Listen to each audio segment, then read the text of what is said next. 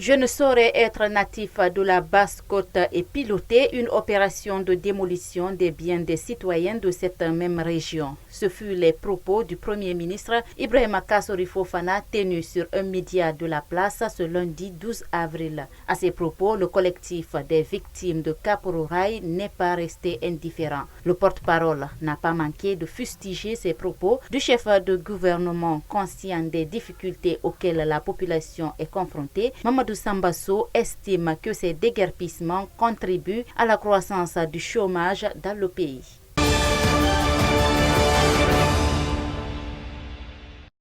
Le ministre des Transports et son homologue de la Sécurité et de la Protection civile ont, dans un communiqué conjoint, annoncé l'interdiction de la circulation des gros porteurs à compter de la date du 13 avril de 5h à 8h30 et de 14h à 18h30, ce pour réduire la perturbation de la circulation. Cette décision réjouit usagers et agents de la police routière rencontrés ce mercredi, comme cet agent régulateur de la circulation routière qui dit apprécier également la décision et compte la faire respecter. Il prévient que tout contrevenant sera sanctionné conformément aux dispositions en vigueur.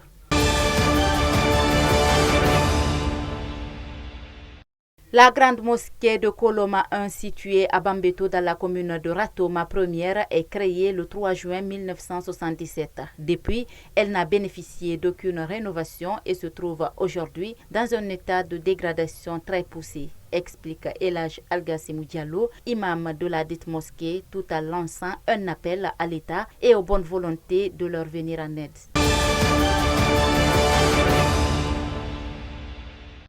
Le jeûne du mois de Ramadan constitue l'un des 5 piliers de l'islam. Au cours de ce mois, les musulmans ayant l'âge requis, selon les écrits, doivent s'abstenir de manger, de boire, fumer, de l'aube au coucher du soleil. Comme chaque année, pendant ce mois saint, les prix augmentent considérablement. Dans les marchés de Conakry, vendeuses et clientes nous cachent leurs inquiétudes face à la flambée des prix des denrées alimentaires. Certains citoyens également se plaignent de cette cherté de la vie en cette période de pénitence.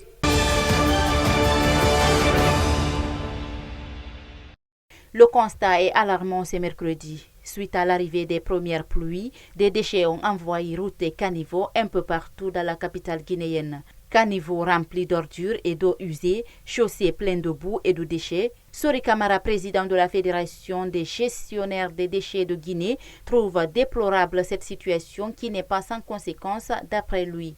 Afin de limiter les dégâts et écarter le risque d'inondation, des mesures strictes doivent être prises et respectées, explique-t-il.